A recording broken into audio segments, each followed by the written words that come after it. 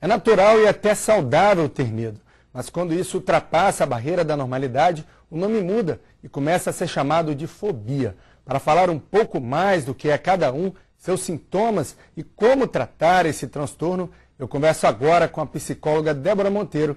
Boa tarde, Débora. Boa tarde. Olha, por que é saudável ter medo? O medo, na verdade, é uma coisa natural, né? Nata. Inclusive, a criança ela já nasce com um reflexo chamado reflexo de Moro. Então, você está com a criança no colo. Se você faz assim, que vai soltar, ela se agarra a você. Né? Então, o medo ele faz parte da preservação da espécie. Ele é importante para a proteção nossa, né? Então, é saudável ter medo, sim. Né, quando ele está num limite normal, né? Um limite considerado saudável. Tudo né? isso tem um limite. Qual que é esse limite? Esse limite é isso, é quando porque você na verdade tem que ter essa pitada desse medo, né? Para você se proteger, para você se preservar. Então, se você está num momento, num local de perigo, é importante você estar atento, estar alerta, né? Então, esse é o limite que seria saudável. Quando você começa a ter um exagero, que seria você até se desequilibra frente a alguma coisa, que muitas vezes você não tem nenhuma explicação lógica para aquele medo exagerado, então a gente já chama isso de fobia. Agora, qual a diferença disso que você acabou de falar para a síndrome do pânico, por exemplo? A síndrome do pânico, aí já é o que a gente chama de medo generalizado. A pessoa, né, ela não consegue nos relatar, né, quando você pergunta assim, você tem medo do quê? Então a pessoa ela não consegue relatar medo do que ela tem, ela fala, eu tenho medo de tudo.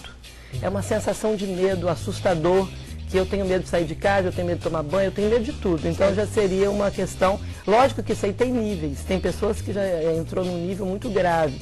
Outros têm esse sentimento, mas não é o tempo todo, porque às vezes recalca, fica guardadinho lá na mente inconsciente, e às vezes isso vem à tona, né? Então tem determinados momentos que isso é mais forte, outros momentos não. A gente fala que a pessoa está na crise do pânico, em determinados momentos não, mas ela vai ficando cada vez mais insegura se ela não tratar, né? E é fácil diagnosticar quem tem uma fobia? É fácil, porque a pessoa chega e relata com muita facilidade, inclusive muitas vezes a pessoa quando está relatando, às vezes ela pode até ter uma crise fóbica. Por exemplo, a pessoa tem fobia de aranha, aí ela começa a me relatar o que está acontecendo, aí ela fala, nossa, eu estou passando mal aqui, eu estou suando, estou tendo uma sensação de tontura e tal. Então a pessoa, é muito fácil da gente, a própria pessoa já sabe, mas se ela não sabe, pra gente é muito fácil você diagnosticar. Você falou aí da fobia de aranha, você pode citar outros exemplos comuns de fobia? As fobias, elas estão relativamente até comuns, né? Então as pessoas procuram muito para tratar isso. Então vamos lá, fobia de elevador, fobia de dirigir, está muito comum, fobia social, né? Então a pessoa chega num local que tem várias pessoas, ela se sente mal, né? Fobia de local fechado. Olha, quer ver uma fobia interessante? Fobia de bicho de pena, por exemplo, de passarinho, pombo. Fobia de pombo. Agora, existem algumas curiosas assim que você pode citar?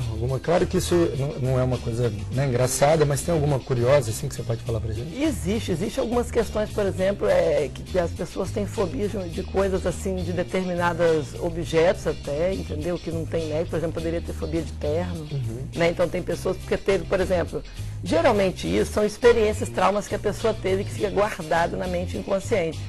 E aí, em determinado, ela começa a ter um medo e ela, de onde começou isso? Por quê? E a pessoa não consegue relatar muito bem, né? Exatamente. Como que começa? Como é que uma pessoa tem medo de terno, por exemplo, de pombo, etc? Geralmente são algumas experiências infantis, geralmente, né? Pode até ser na fase adulta, assim, por exemplo. Uma vez eu atendi uma moça que ela trabalhava numa farmácia no Shopping Vitória e houve um assalto. E a partir dali ela começou a ter fobia de ônibus, por exemplo. Entendeu? Ela começou a ter... Fobia de ônibus. De ônibus. Ela começou a ter determinadas fobias, que no dia ela teve que ir, depois do assalto, a confusão, correndo, pegar ônibus. A partir dali ela não conseguia mais andar de ônibus, o marido tinha que trazer e aquela questão toda, né? Então, assim, mas as fobias, geralmente, ela ocorre na infância, alguma experiência traumática que a pessoa teve que vão... não é só uma experiência, muitas vezes é uma, duas, três, e aí desenvolve aquela fobia, né? Ou seja, isso vem da infância, mas existe também a chamada fobia infantil. O que é isso? Pois é, então a gente costuma dizer, essa fobia infantil é mais medo, porque a gente costuma dizer que para ser fobia, essa coisa tem que ser instaurada ali na mente, né? E a gente considera que é só a partir dos 7 anos, tá? Antes disso, as crianças têm medo, sim. Por exemplo, medo do escuro é muito comum, né? Medo de ficar sozinho, medo de dormir sozinho. Então a criança costuma dizer que acha que está com um monstro debaixo da cama, essa coisa toda. Mas assim, o que se aconselha, né? Trabalhar essa insegurança dessa criança e ajudar ela a enfrentar esse medo. Porque ela pode quebrar esse medo e não se transformar em fobia. Você falou que fazer com as crianças, mas há tratamento para a fobia? Com certeza, né? Para todas elas? Para todas elas. A pessoa trata e cura, né? Existem várias linhas de trabalhos, né? Exatamente, como é que é feito? É por remédios? É um trabalho de clínica? As duas coisas, né? Na verdade, depende do nível, depende da situação, depende do grau de ansiedade, né? Então, teria que ter uma ajuda da questão da avaliação medicamentosa, né? Geralmente é tratado com ansiolítico, outras coisas mais, depende do grau, então teria que ter, mas teria que ter esse trabalho psicoterapêutico, né? Quer dizer, as linhas mais indicadas para se tratar fobia, no caso, seria a hipnoterapia, que são terapias mais breves, e a cognitiva, né? São mais indicadas porque a pessoa chega num grau que a vida dela, por exemplo, fobia de altura. Aí a pessoa não vai, como eu já atendi uma pessoa, que ela não ia em nenhum lugar que tivesse o quarto andar para cima, ela não ia. Pois é, ela só ficava até o quarto. Só até o quarto. Então, se ela tinha que ir em qualquer lugar alto, qualquer coisa que ela teria que fazer, a vida dela fica totalmente limitada, porque a pessoa começa a fugir daquele objeto do medo, né, daquela fobia. Então, ela tem que se tratar logo, né? E tem que procurar ajuda, né? Tem que procurar ajuda, porque quanto mais ela vai adiando, esse medo vai aumentando e a situação vai intensificando, né?